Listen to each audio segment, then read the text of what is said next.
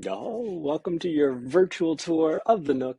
We had a sew-in circle a couple nights ago, and I asked folks, what do I need to tell you about the Nook? And they gave me a long list. So we're going to do this in two parts. Part number one, we're going to talk about the left-hand side of your screen. Part number two, we're going to talk about the upper right-hand corner. So when you look at the left on the side of your screen, which if you're on a mobile is still on the left, you find that there's a few things happening here. We're actually going to jump over those and we'll come back to them. There's a lot of different kinds of things that we share on the Nook, right? We share WIPs, works in progress. We share finished projects, things that we're excited about. Look at that beautiful piece. You got a QUILTY question? You need some help with something? Why not consult the community? We have so many ideas about how to do anything. We'd love to help you with that. We have a list of tutorials here. Like here's one I just posted a couple days ago about how I like to bind my quilts. The little Q&A after that. Unblocks, we're going to talk about those more in a minute. So I'm going to jump over and talk about artist opportunities, grants, residencies, different things that folks might be looking for to support their artistic path. And then for everything else, there's home. A lot of things happening here in home. You'll just find all kinds of random news, random projects, different things posting here. Polls, all kinds of stuff. Those are the kinds of things we share in the Nook. Now, how do you share something? You want to share a WIP? That's a great place to start, by the way. I would suggest you just throw one of those in here. If you're in the WIP, the share your WIP section, you come up here and you click on that create button. Now your menu might look a little different than mine, but that's because I'm the host and it comes with certain perks. But you'll definitely have article. So you click on article, type your title, whatever you want it to be, and then you start typing. Tell us what you're going to share with us, right? Now, when it comes time to add a picture, a lot of folks will look at this white screen and be like, Zach, how do I post a picture? Well, look, hit the enter button. When you start a new line, you see that plus sign that comes up? Click right there. And then here is how you can do all kinds of different fun formatting things. If you want to add a photo, video, or file, you click there. Or YouTube video, you click there. Those are the big two things that people use. All right, so let that be a help to you. That's how you share. Now, in rooms, we got all kinds of smaller, more intimate conversations happening in the Nook, right? We got rooms for natural dyes, for example, folks that are interested in that, folks that are interested in mending. We have a room for BIPOC makers. We have a book club room. We have a room just for beginners. If you're brand new to the Nook, and if you're watching this, you probably are, I would recommend you start in the new to the Nook room. Here you'll see a roadmap that you can download with clickable links that'll walk you through how to make the most out of your time here on the Nook, how to get plugged into this community. That's rooms. There's a lot of them. We're working on that. Now, unblocks. Unblocks are pride and joy of the Nook. They are monthly creative prompts designed to get you exploring textiles and yourself in new ways.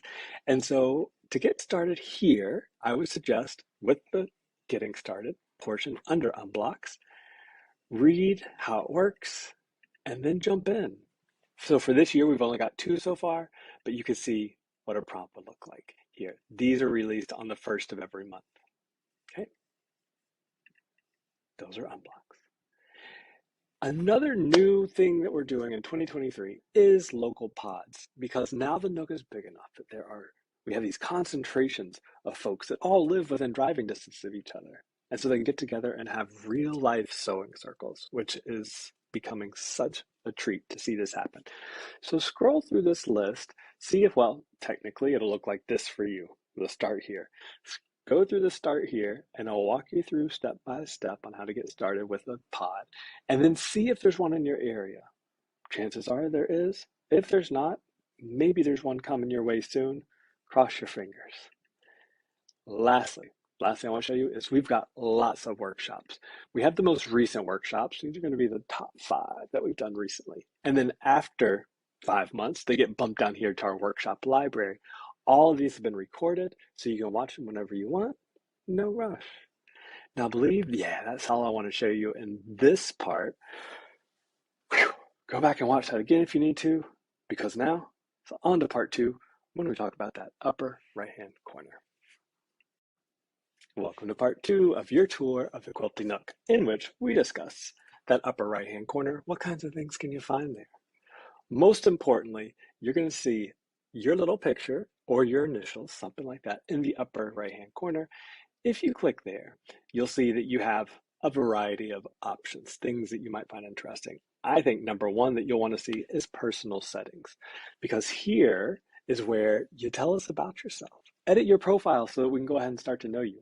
Here you'll see that I put in my name. Some people include their preferred pronouns. That's wonderful if you want to do that. A mini bio, and we love having Instagram links so that we can follow along with each other's work. So if you have one of those, pop that in there. It's really important to set your location for the same reason that I was telling you in part one about these local pods.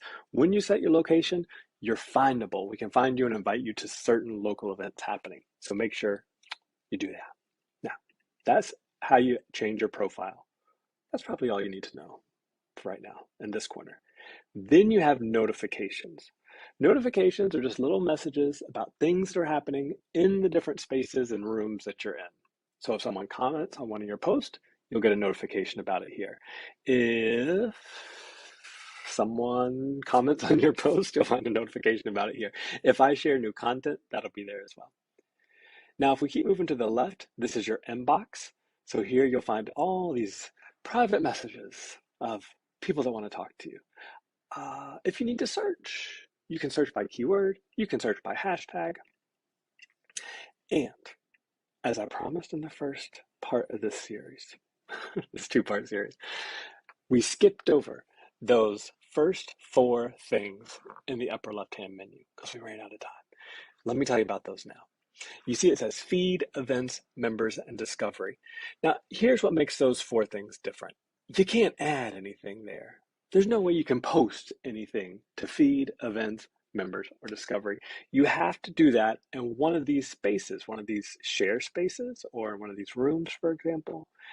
What feed does, and the reason we love it, is that it aggregates and pulls together all of the posts from all the spaces that you're a member of, right?